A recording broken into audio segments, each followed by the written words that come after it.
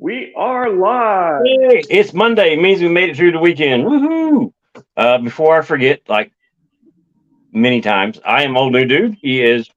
Richard York, Asher's trueborn son. Um, Shout out to Lady Thistle, James Martin, Lizzie, Swagger Dagger, the Valencar, my sister that watches these, and I got a new sub today. Sir Dave Zilla, thank you for subscribing to the channel and hitting the bell and everything. I do appreciate it. It's a small channel. 76 subscribers. I mean, the hat won't fit much longer. But I'm going to do things a little bit different today on Monday. Over the weekend, Richard, um, in a tweet, pointed me towards something that the Green Bard, one of his theories, and as reading and everything, it's a really good read. If when this is over with, if you'll link that again Okay. to this video, I would appreciate it. Because shout out to Green Bard. He's Yeah, he's you one of the, comment there. We can do that. yeah, he's one of the few that I talk to and watch every now and then. I don't watch videos very often because I don't like it to sway how I think. Or uh, a quick point of view, or it was one of the book clubs. I'm rereading the chapter. Is talking about the three-eyed crow pecking at the gray stone chains. Yeah, I got to have. I'll get a bigger one if I have to. Hey, Dave Zilla, appreciate Lizzie it. here too. Yeah, Lizzie. Liz says we can get you a 10-gallon hat. Exactly. I don't know how I look with it, but maybe Haas off of Bonanza, if you know who that is. But we were talking, and I was talking to another guy, and the gray of the gray stone chains popped in my head. Maesters, they wear gray rats, and all that kind of stuff. So I'm sitting there thinking, well, the chains that are holding the winged wolf down could be Maester Lewin. Keep telling them there's no magic and all that stuff. It popped in my head right then and there. Never heard it before. And then somebody's like, "Oh, I was going to see what you're going to say because it's all over Reddit." I'm like, I don't go on Reddit. I went on once. They were mean. So I'm like, I don't. About this. We talked about that. We every time arm injury comes up, we always mention that it's tier symbolism and that the most blatant example of that. Thanks. Yes, we do. Subscribe to his channel. His triplet Targaryens. It's 7 videos, correct? Yes. 7 videos, and I'm starting rewatching those today. Are definitely worth the watch through, without a doubt. Hands down. I mean, awesome. Thank you, sir. Yeah. But we've mentioned. Leslie's always counting our references. Yeah. There's a lot on this chapter. So we've mentioned before that every time the arm injuries come up, that's in Davos and Jamie and stuff. But that's Tyr symbols, and Tyr's the god of justice, and in particular the one that's in laws, justice and laws. Hold dude first. Okay, fair enough. Anyway, so justice and laws is Tyr, and in particular, the reason part of the point of Tyr is that he chains up the great wolf with a chain of 6 impossible materials, right? And Lewin specifically has the Valyrian steel link, which is the most impossible of the materials in the Maesters. So you've got a chain of seven materials, including the one that's impossible, basically, right? The magic one, right? So and he gets his arm savaged by Shaggy Dog, right? So he's the one that most fits the Tyr symbolism, even more so than Golden Hand the Just or Davos. It's Lewin, and so Lewin's the one who's chaining the wolves. Yeah. So, but that's generally why I don't watch a whole lot of videos. I don't want my stuff tainted. Right. Yeah. When I say something, I tend to give credit. Like today, some stuff that I'm going to say, Preston Jacobs or the Green Hand. I mean, all the big channels and everything. There's only like one or two certain things that happen in here that I'll even take credit for. One, definitely I'll take credit for. I never heard it, and I came with that years ago. But the thing, his theory about the little princess, it's definitely worth watching. When you get done with it, check out Twitter. It basically says that, arguably, it says that John and Danny are Dornish. Is what it arguably says. But Oh, not, Jeffrey Lane, welcome. and well, I mean, and I don't think there's too many people that dispute the notion that John was probably born in Dorne. Right. But it arguably points to the idea that Danny was also born in Dorne, right?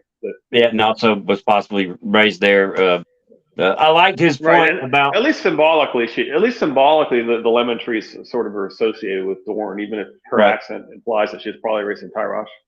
Yeah, I don't want to go too in depth into what he had typed out and everything, but at the end of it, there was he thinks that Willem Derry is actually Lord Willem Dustin, and then I tweeted back to you, not thinking that this is all attached. That there's a great read, awesome theory, love it. I said, except for the part at the end about Lord Lord Willem Dustin, and I'm like, I think Lord Willem Dustin is Tormund, and then he came back on and he explained, which I mean, he could be 100% right. I mean, I'm an idiot. There's clearly now whether it's just saying that Tormund is routinely going to someone in the north that's not the real north, as it were, right? Yeah. In other words, potentially, but he's clearly very familiar with maesters and exactly how they work. Right? I'll cover that here in a second. Right. And so it sure seems like there's more to him than just now. That could just mean that he spent so much time at Bear Island that he's become, acquainted. The whole reason that I came up with Lord Willem Dustin is Tormund is Order of the Green Hand. They're talking about Corn Halfhand, Mance Rayder, and Tormund. And Sir Gerald Hightower never set right in my head as Tormund. The other two, I got no problem with it whatsoever. But the Tormund part was like, this just don't sit right. And then I read one sentence, and the sentence is, when Lord Dustin had beheld her naked, he told Ned that her breasts were enough to make him wish he'd never been weaned. And I wasn't even on Tormund or anything like that, but when I read that, in my mind just went, boo! That sounds more like Tormund, my member's twice as long as your arm, than Sir Gerald Hightower of the Kingsguard. So that's where it started, and it kind of grew from there. And the Order of the Green Hand would argue that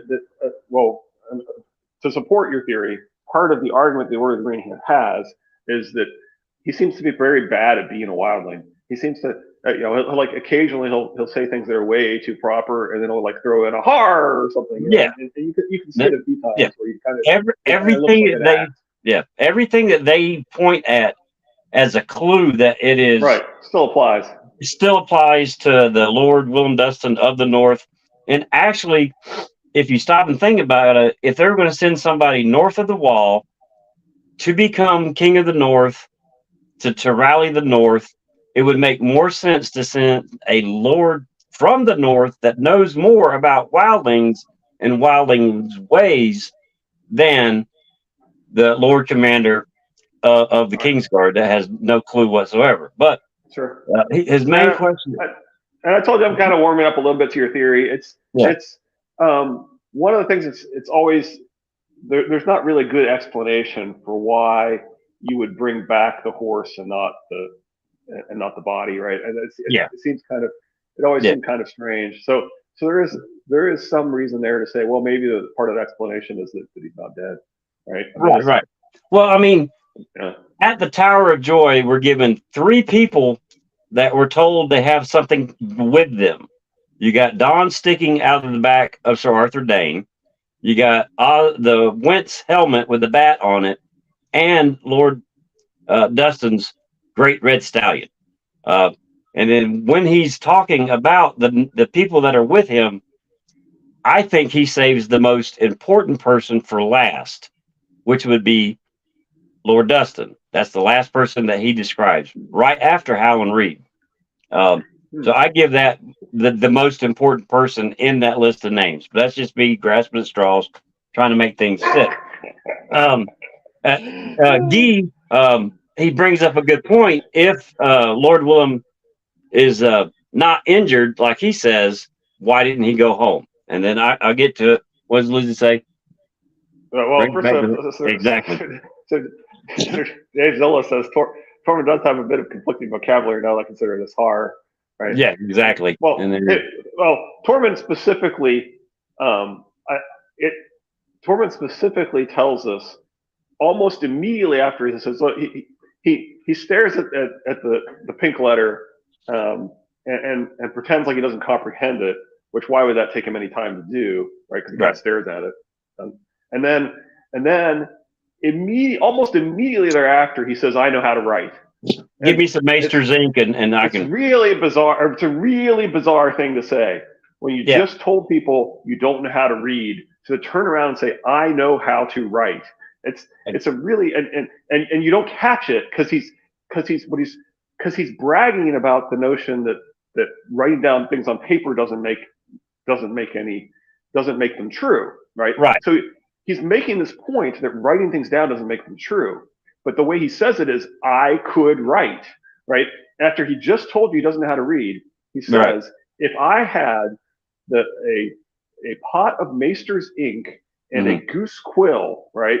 So he knows what kind of things you use to write with.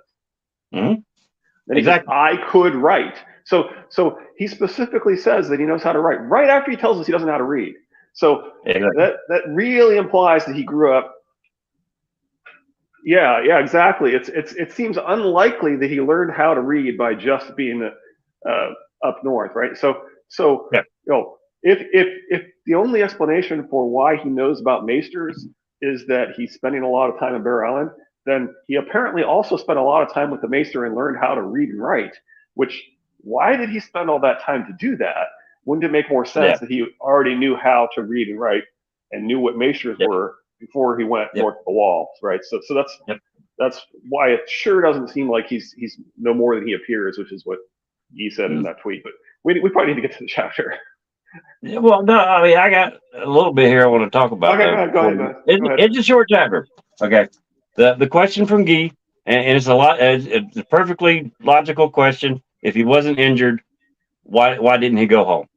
And to start with that, you got to go back to the Isle of Faces with Howland Reed, where whatever happened on that island happened. After that, Howland Reed gets attacked by squires, meets the Starks, befriends the Starks, and there's a theory, I don't know who has it out there, it's not mine, that he planned that. It was staged. Yes, Lizzie, definitely rabbit hole.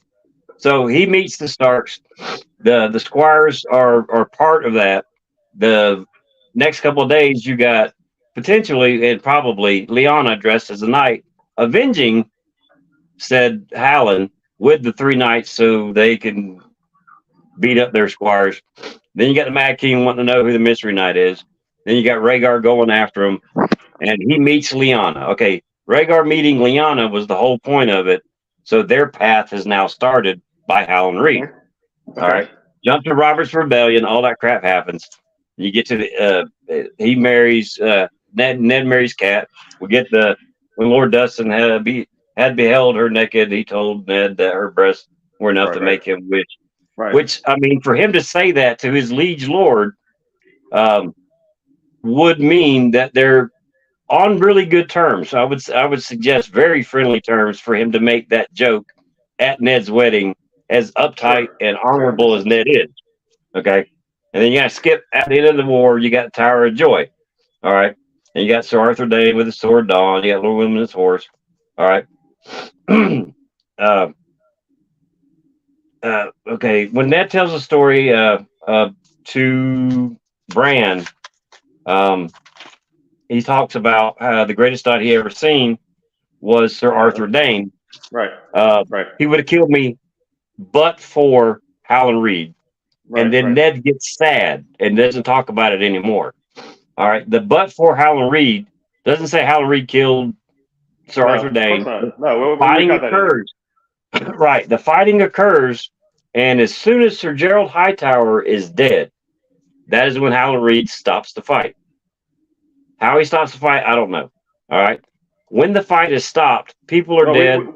We do know. I mean, I speculated this. I think you were on the same page with me when I said it, right? Which is probably he reminds he reminds Arthur that to crown them is to kill them, and that your vow is not to maintain Targaryen rule. Your vow is to protect them. To crown them is to kill them.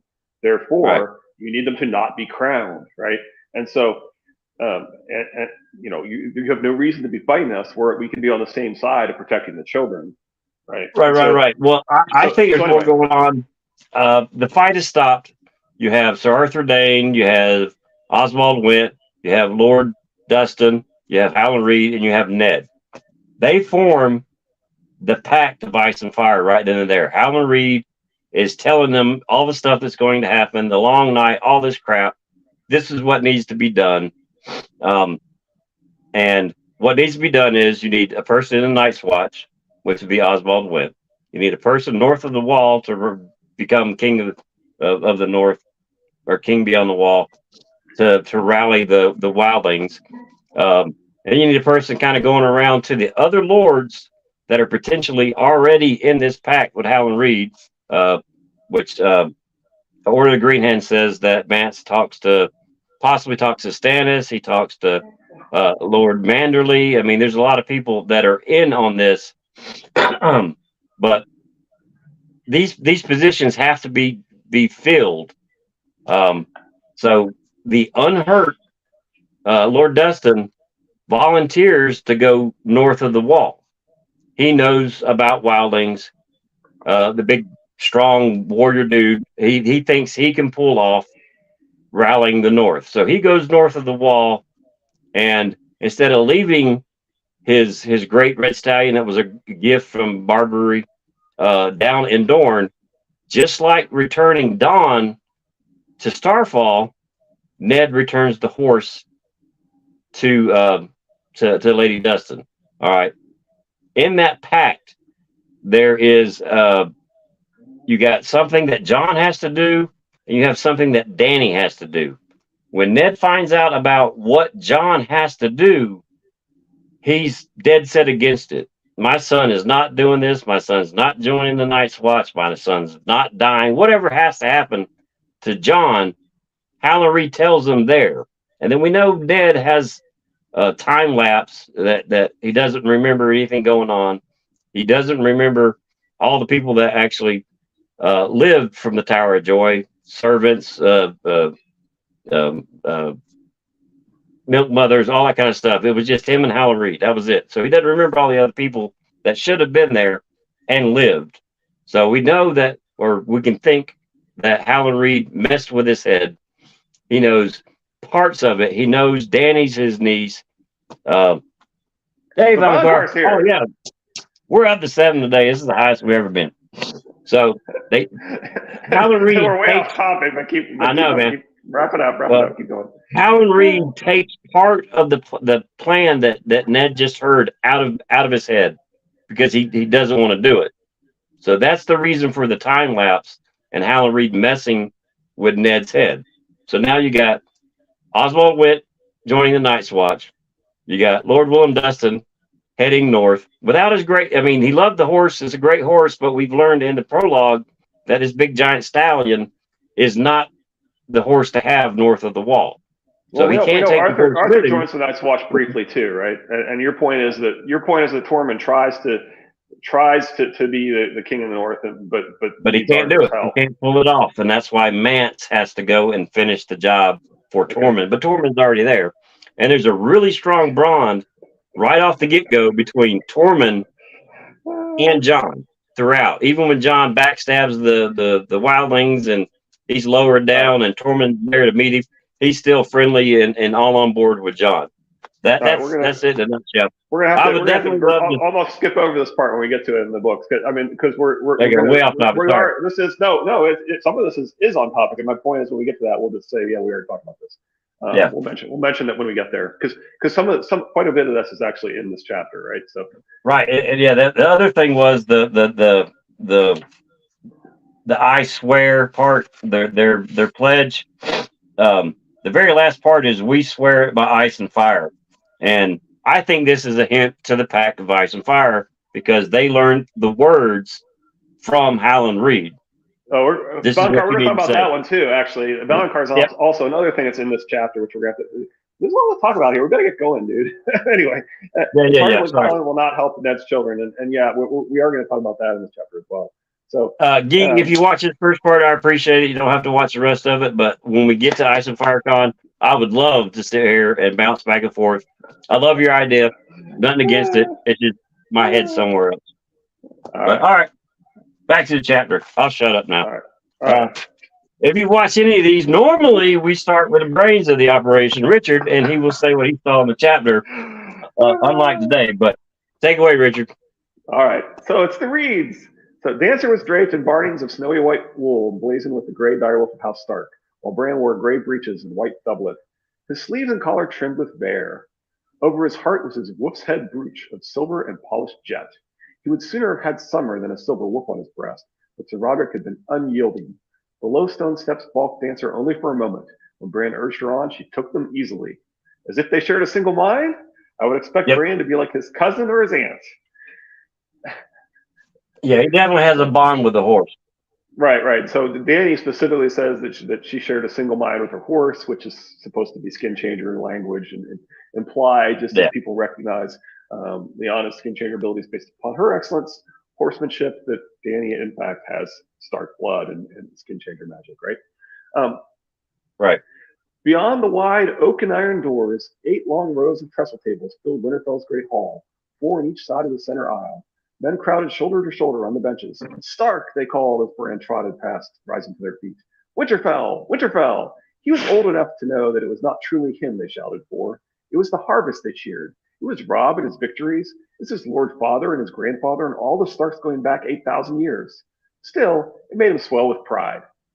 Oak and iron guard me well. So I think this story ends with genuine cheers for Bran the Bastard. Yeah. Rickon was to his right, his mop of shaggy auburn hair grown so long that it brushed his ermine mantle. He had refused to let anyone cut it since their mother had gone. The last girl of the tribe had been bitten for her efforts. Rickon is already becoming Shaggy Dog, a feral wolf child. The Mad King Echo is probably intended to emphasize his wild nature. Yeah, as I was getting ready to say, it reminds me of the Mad King. Yep. Not one his haircut. Absolutely. Which I don't know what that bodes for Rickon later on down the road. But there might be something there.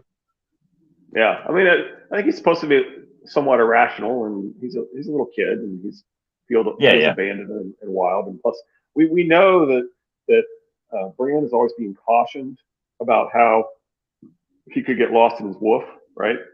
I think we should have some concern that Rickon probably isn't restraining himself. Yeah. So anyway. He bid them welcome in the name of his brother, the King of the North. The King of the North! And asked them to thank the gods old and new for Robb's victories and the bounty of the harvest.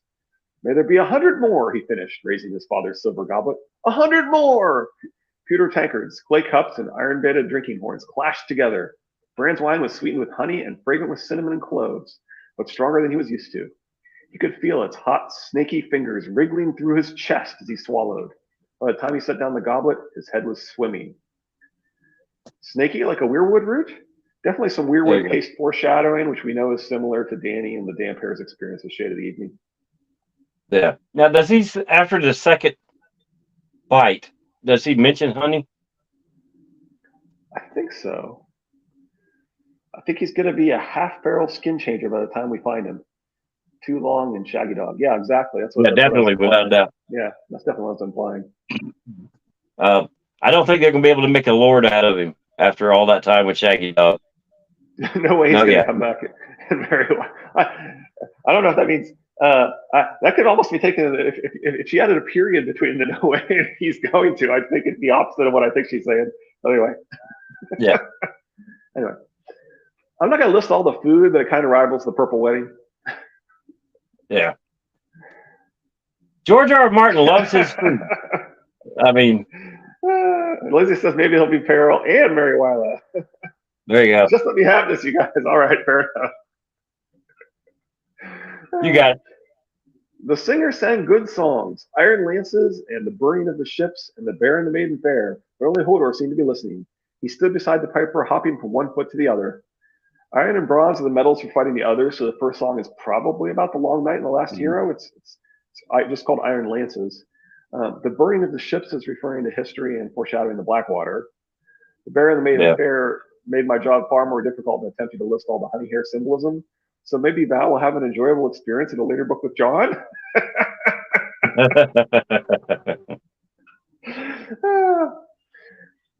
Sir Roderick talked with Maester Llewellyn above Beth's. So that's definitely a reference to episode 7 of Triplet Targaryen, by the way. 3 or 4, I can't remember.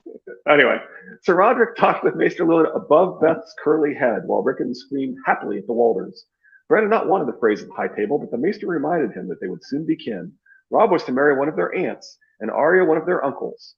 She never will, Bran said. Not Arya. But Maester Llewellyn was unyielding, so there they were beside Rickon. So we see talking over children's heads and foreshadowing of the marriage pact not holding.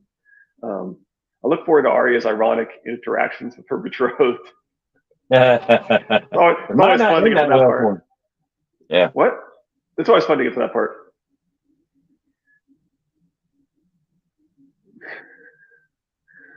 He sent some salmon down to poor sad Lady Hornwood, the board of the boisterous Umbers, a dish of goose and berries to Clay Curlin, and a huge lobster to Joseph the Master of Horse, who was neither lord nor guest, but had seen the dancers' training and made it possible for Bran to ride. He sent sweets to Hodor and Old Nan as well, for no reason but he loved them. Sir Roderick reminded him to send something to his foster brothers, so he sent Little Walter some boiled beets and Big Walter the buttered turnips. I have a sneaky suspicion that Bran shares Tommen's opinion on beets and has a similar opinion of buttered turnips. I'm assuming so. He watched them as from a distance, as if he still sat in the window of his bedchamber looking down on the yard below, seeing everything, yet a part of nothing. So we've discussed previously how Bran seems to have this perspective of a god, essentially, right? Oh, yeah. It's definitely foreshadowing for what he's going to become later. Oh, yeah. It is too hot here and too noisy, and they are all getting drunk. Bran itched under his gray and white woolens, and suddenly he wished he were anywhere but here. It is cool in the Godswood now. Steam is rising off the hot pools, and the red leaves of the weirwood are rustling. The smells are richer than here, and before long the moon will rise and my brother will sing to it. Bran, Sir Roderick said, you do not eat. The waking dream had been so vivid, for a moment Bran had not known where he was. Bran's just casually wishing himself into summer in the middle of the crowded feast. That shows just how easily he slips into summer, even without even thinking about it. It's just instant. Yep. You have done well, Bran, here and at the audiences. You'll be in a special fine lord one day, I think. This time Bran doesn't really object, at least not out loud. He says he was, he didn't want to be a lord, he wants to be a knight. But the previous time that they told him what a great lord of Winterfell he was going to be, he's like, no, that's not right. Anyway. Yeah. He felt the silver muzzle pressing against his palm and remembered the last time he had seen his lord father drink from this goblet. And then a little later, Rickon kept asking why Jon wasn't with them. Because he's a bastard, Bran finally had to whisper to him. The irony is strong. Yes. And now they are all gone. It was as if some cruel god had reached down with a great hand and swept them all away. The girls to captivity, Jon to the wall, Robb and Mother to war, King Robert and father to their graves, and perhaps Uncle Benjamin as well.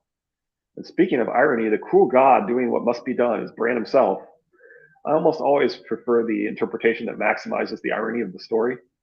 And if anybody hasn't seen Preston Jacobs and his time-traveling Bran, it's highly, highly recommended. Jory was dead, and Fat Tom and Porther, Alan, Desmond, Holland, who had been Master of Horse, Harwin, his son. Oh, really? All those who had gone south with his father, even Septim Mordain and Bayon Poole. The rest had ridden to war with Robb and might soon be dead as well, for all Bran knew. Harwin will demonstrate he is not just alive, but one of the very few riders better than Arya. And, of course, that last is obvious foreshadowing for Robb. Exactly. He looked up and down the benches at all the faces happy and sad and wondered who would be missing next year and the year after. So now we get foreshadowing, but this time it's at Winterfell rather than Robb and those with him. Yeah. The Lady Mira of House Reed, the rotund guardsman bellowed over the clamor, with her brother, Jojen of Greywater Watch. So the presumptive heir is just Jojen, while Mira is Lady Mira. Was George foreshadowing Jojen's death that blatantly and out of the character of the story? It's really odd. Yeah, I might have only caught I might have only caught this one because Girls Gone Canon has recently covered Bran, and I'm pretty sure they mentioned this part. yeah, I didn't catch it at all until you said it. But I mean, it is really odd wording of how they are introduced for sure. Yeah, the Lady Mira of Almost House like Reed.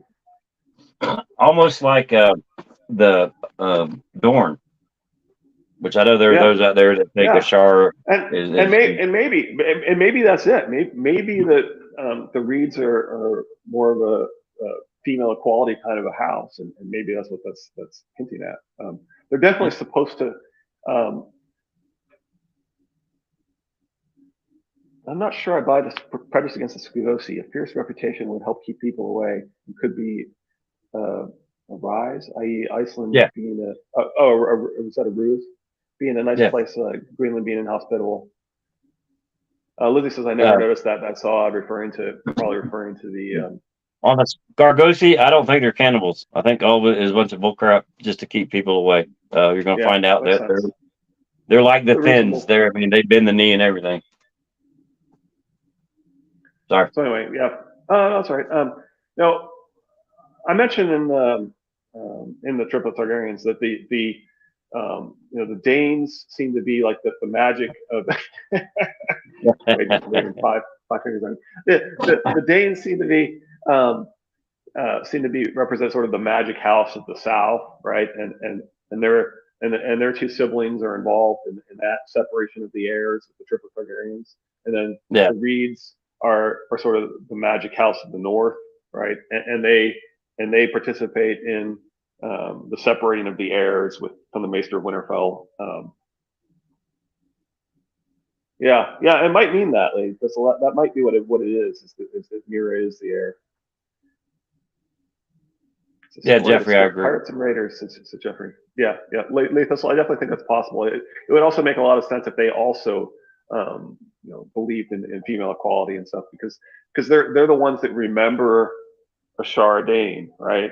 And so the idea would be that they don't represent the patriarchy, right? They represent female equality. That would make a lot of sense. Well, if That's the, it. the theory out there that Ashar Dane is with Howland Reed, they're the ones that fell in love. She's Mira and Jojen's mother. That would be another Dornish twist. I'm not saying it's Oh, true. if we have any, Like I said, depending on how we've run out of time in this stream, but I have a new theory yeah, as to who um, um, who's whom. I mean, obviously, I think Chardane is Quaid, and I think there's multiple reasons yeah. to believe that, including this chapter. But anyway, all right. In fact, right here, this is going to be this is an important section. All right.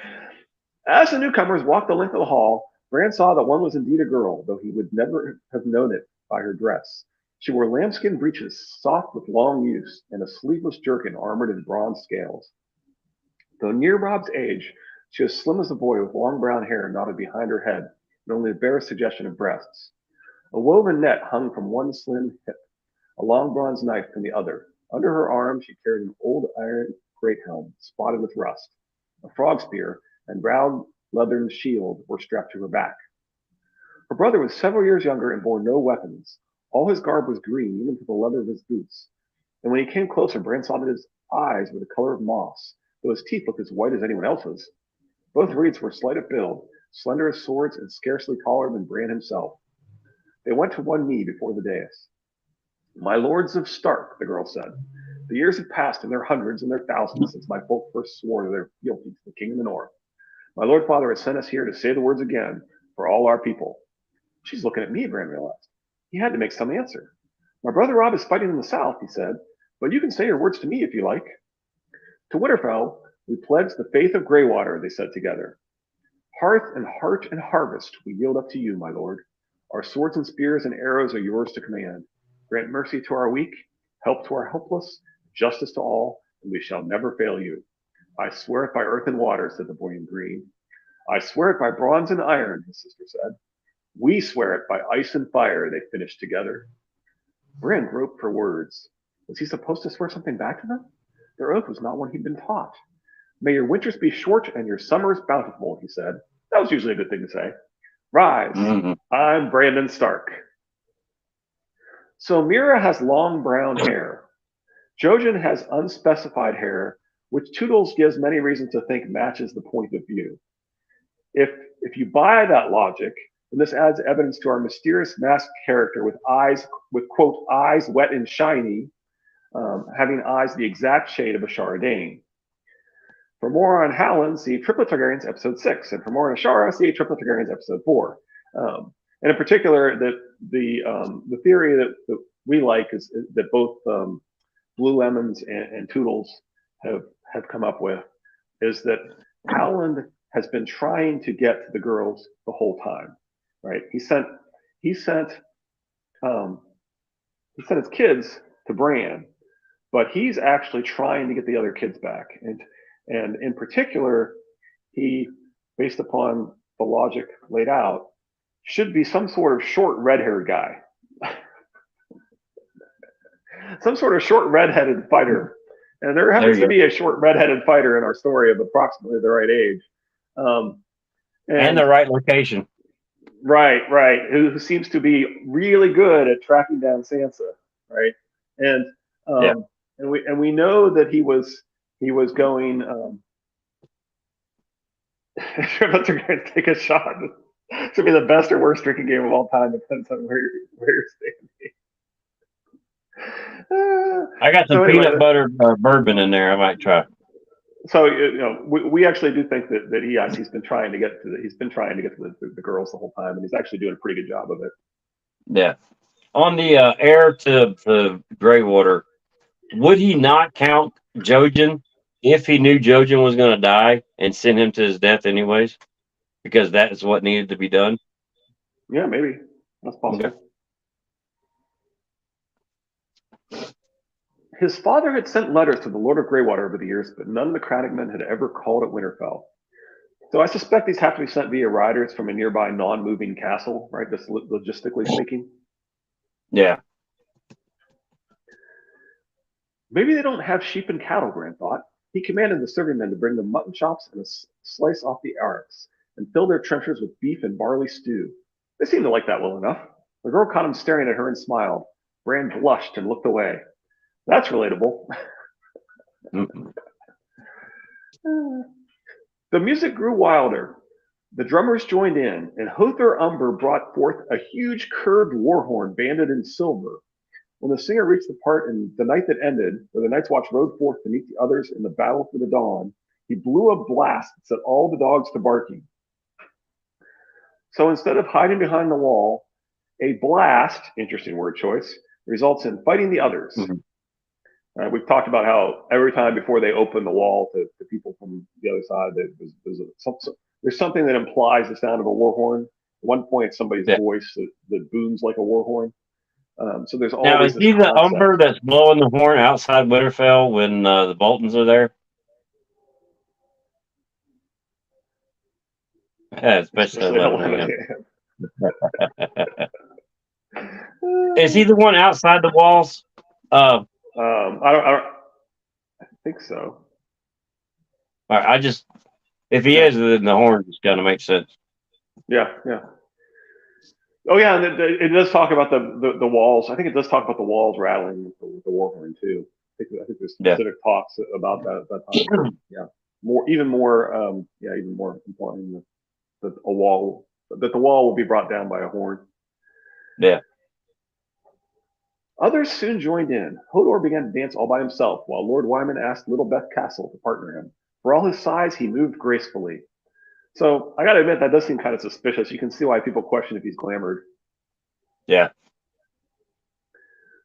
When he blew out his bedside candle, darkness covered him like a soft, familiar blanket. So Bran hasn't been taught by Bloodraven to embrace the dark just yet, but he's already being comforted by it. So it's interesting. Yeah, before we go any further, and this is for Lizzie and Lady Thistle from Book Club. Let's see. He had some woman Bran did not know shoved up against the wall, her skirts around her waist. She was giggling until Hodor stopped to watch. Then she screamed, Leave them be, Hodor. There was a comment made. I want to say it was Friday Night Book Club about potential rape with Brandon Hodor involving Mira, and we were debating or talking about whose brain is basically that would control such an act. And it stood out to me when we got to this sentence that it's Hodor that stops to watch the sex act. Mm-hmm. There you go. Right.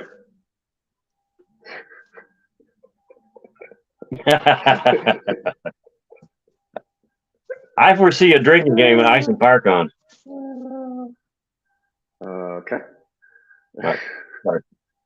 No, I did think about including that one, and then you have to include the part where he tells him to go back, but don't mess with them, right? So Yeah. Where were we? Something his father had told him once when he was little came back to him suddenly. He'd asked Lord Eddard if the Kingsguard were truly the finest knights in the Seven Kingdoms. No longer, he answered, but once they were a marvel, a shining lesson to the world. Was there one who was best of all? The finest knight I ever saw was Sir Arthur Dane, who fought with a blade called Dawn, forged from the heart of a fallen star. They called him the Sword of the Morning, and he would have killed me but for Howland Reed. Father had gotten sad then, and he would say no more. Bran wished he had asked him what he meant. So we've already talked through this, right? And Yeah. As I said, I think he reminded Arthur that the crown was to kill them, and the King's Guards not promised to maintain the monarchy; they promised to protect these children. So yeah. Well, I will get back on mine, but I think the reason he got sad when talking about Sir Arthur Dane and Howland Reed, it might have brought up images of the Tower of Joy, and Howland Reed might be able to erase memories, but I don't think he's able to erase emotions. So there was something that was sad that happened there that got erased from Ned's memory of what that was, whether it was the plans for John, whatever was done and got erased. That's the sad that he's feeling. He's not remembering why he's sad, but he's feeling sad because Howland Reed could not erase the emotion of sadness upon hearing whatever the grand plan was. Sorry. And Lizzie says she's a shoulder devil and supporting the idea. So Lizzie's kind of mentioned that she's that I would argue all of us are morally great characters. Lizzie seems to insist that she is. Anyway, he went to sleep. He went to sleep with his head full of knights in gleaming armor, fighting with swords that shone like starfire. But when the dream came, he was in the godswood again. And then let's jump down to the end here. Here they come, the female said. Mira, some part of him whispered. Some wisp of the sleeping boy lost in the wolf dream. Did you know they would be so big? They'll be bigger still before they are grown, the young male said, watching them with eyes large, green, and unafraid. The black one is full of fear and rage, but the gray is strong, stronger than he knows. Can you feel him, sister? No, she said, moving a hand to the hilt of the long brown knife she wore. Go careful, Jojen. He won't hurt me. This is not the day I die. The male walked toward them, unafraid, and reached out for his muzzle. A touch as light as a summer breeze. Yet at the brush of those fingers, the wood dissolved, and the very ground turned to smoke beneath his feet, and swirled away, laughing. And then he was spinning and falling, falling, falling.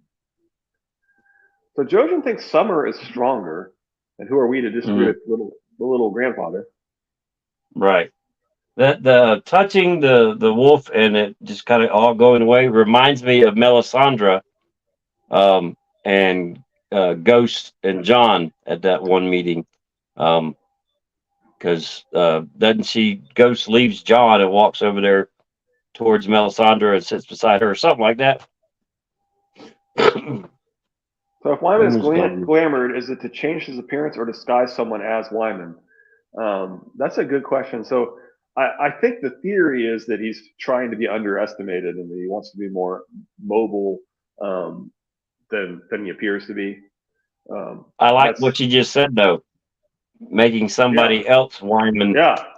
Or somebody maybe, you could see somebody, maybe a face of fans already taking him out of the picture, and this funny guy is actually not even Wyman Manderley, but I don't really like that. But Wyman could be still at White Harbor waiting on Davos before he enacts his next part of the plan. So that he could be in two places at once. Yeah. Yeah, I like that. I like that a lot, Valentine. That's freaking awesome. Yeah, that's an interesting idea.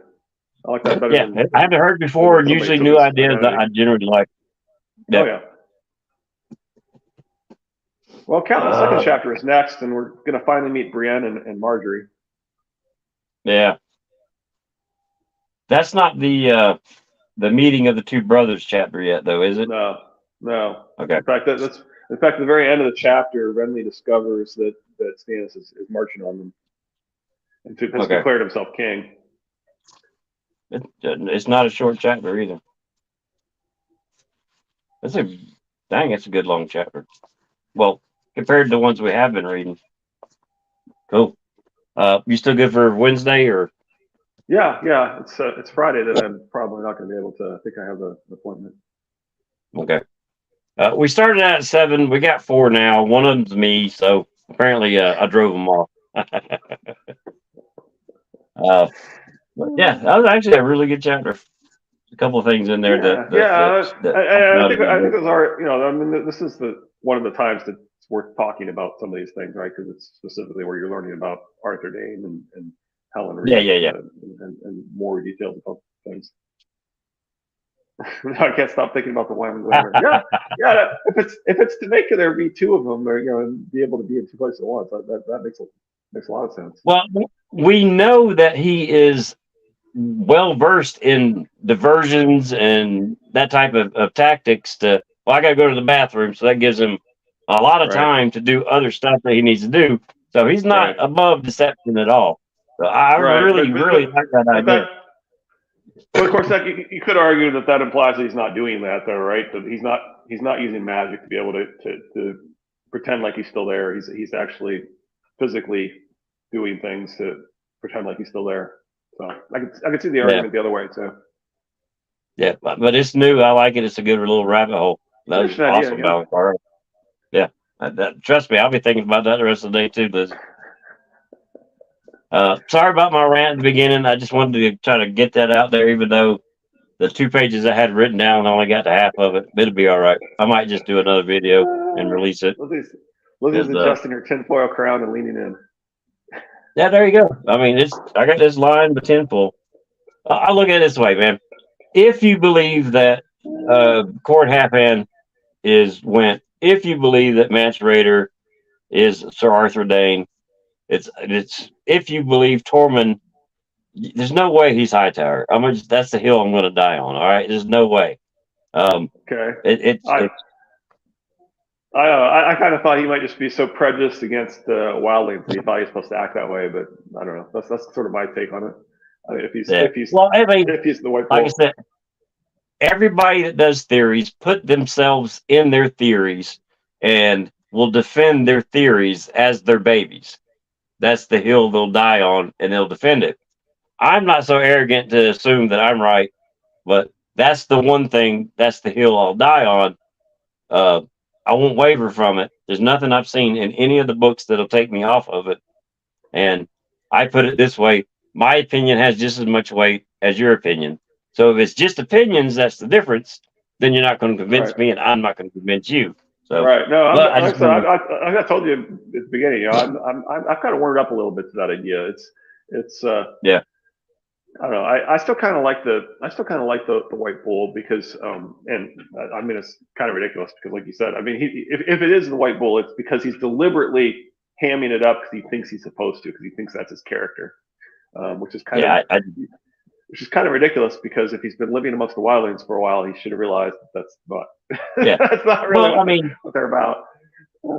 To go north of the wall with the wildlings, he would almost have to instantly fit in as a wildling. They would be able to smell Sir Arthur or Sir Gerald Hightower right off the get-go. There's no way. I'll grow my beard out a little bit. And then that's another thing. You got the other 2 members of the Mad King's Kingsguard that are the unshaven brothers at the bearded men of the Shadow Tower. That's what they're called. The bearded men of the Shadow Tower. You got Halfhand and Mance as clean-shaven north of the wall in the snow. That's a hint that they were the part of the Mad King's 7. They're clean-shaven Kingsguard. I mean, Yeah, and one thing I Um, don't think I mentioned in my Arthur video is, which would be episode 6. Foxhole. But one thing Yes, without a doubt. yeah, one thing I didn't mention is that I don't think I mentioned the very best identity, the very best confident um, identity is the Hound, right? So the Hound goes right up to a knight he's literally dealt with more times than he can count, right? And he knows he's not going to be recognized. He's the most recognizable person on the planet, right? And a Yep. former Kingsguard. And he goes right up to somebody who he's dealt with more times than he can count, knowing And that he won't be recognized without even disguising himself, right? And yet people are like, oh, Arthur would never have gone to Winterfell because he would be too scared of being identified. Meanwhile, you've got Catelyn, who has done no disguise whatsoever. Her hair is a little wild, but yeah, and she's a little unkempt, but otherwise has no disguise whatsoever. Studying um, Malister, Lord Malister boldly, right, and no recognition right. in his eyes. So she's literally Yeah, studying his eyes, locking eyes yeah, with him. He looks at her. There's no recognition in his eyes, and he nods a quick greeting. It's like, yeah. and she does this after, they've discussed how they don't want to be recognized, right? And Right. she's like, no, I think we're all right. Yeah, and then people are like, "Oh yeah, it's not possible that he's Arthur because he would be afraid of being recognized." Yeah. Woody, Well, I Woody, mean, this is you know this is a, me. this is a I world. think there's some glamour going on, but we're a long But video, there's so we but won't get into my glamour. there's no photography. There's no. He even sees her later when she's supposed to stay at his castle and still a regular. Yeah, he doesn't mention. Oh, we just saw it. We just saw each other. Yeah, he doesn't say. Oh, we just saw each other. Yeah. Yeah. Yeah, and so Arthur is, he now has long gray hair, right? This is considerably a different look for somebody who you believe is dead, right? And Yeah. and John says he looks like nothing, basically. Like he's like Yeah. blend in the crowd guy. He looks like nothing much, nothing like a wildling, nothing like a king. He specifically says he looks Yeah. nothing like a wildling and nothing like a king, right? He's basically an average height nobody blend in the crowd look. It's as much as you could write. This is the type of person who would confidently blend into a crowd as you could do without using those words, right? Right. Well, you just helped make my case for the glamour because the way it's written in the books, Mance Raider's height and the Rattleshirt's height are not that different. All right, but when he puts on Yeah, the yeah, yeah. training I know, armor, right, he's huge right. compared to it's just the armor. But I mean that's He's fine. Like I noticeably said, we ain't got taller. time. He's Yeah, we noticeably don't got taller, time to right? get into my glamour stuff Right, today. That's for right, sure. right. But that could just mean that Rattleshirt is even shorter, right? Because he's supposed to basically Yeah, Mance is basically middling height. really. He's just an average blend in kind of guy, and Huh, Rattleshirt is apparently really short, I guess. I mean, yeah, if that's the story, right? The story is that he's noticeably taller. Then the implication is that Rattleshirt's very short. right. All right, we're at 53 minutes. Thanks Oh to yeah, my rant at the beginning. We're definitely long. Um, let's wrap it up. oh, Sir Dave Zilla, appreciate it. Jeffrey, I appreciate it. Lizzie, appreciate it. Absolutely. Lady Thistle, definitely appreciate it. Valincar, man, I'm so glad you could join today. That Yeah, was thanks. great Thanks for making it. having you on here live. Wednesday, Good there game. you go. Wednesday, same bat time, same bat channel with Cats 2. And y'all take care. If you got any questions, throw them in the comments, whatever. I And tend to watch it. I owe you a commented link to Guy's essay, To right? Gee's the Green Bards. It's definitely well worth the read. Thank you, Lizzie. I appreciate it, Jeffrey. Jeffrey. And I wouldn't really Art, comment. Lizzie said people see what they expect to see, right? She was mentioning that's both true of glamours, but it's also true of just trying to blend in as well, right? Nobody. Part of the reason that you see somebody do these mistaken identities is when somebody looks like they're a commoner, people just don't look at them. right. Yeah. But All right. See y'all Wednesday. I appreciate it. Any questions or comments or any other things y'all want to talk about, throw down in the comments, and I will get to those today. Definitely go check out um Asher's Richard's Newborn Son. Astro Trueborn Son, Triple Targaryens, and we will see y'all Wednesday. And be good. Have a good one. Bye, Richard.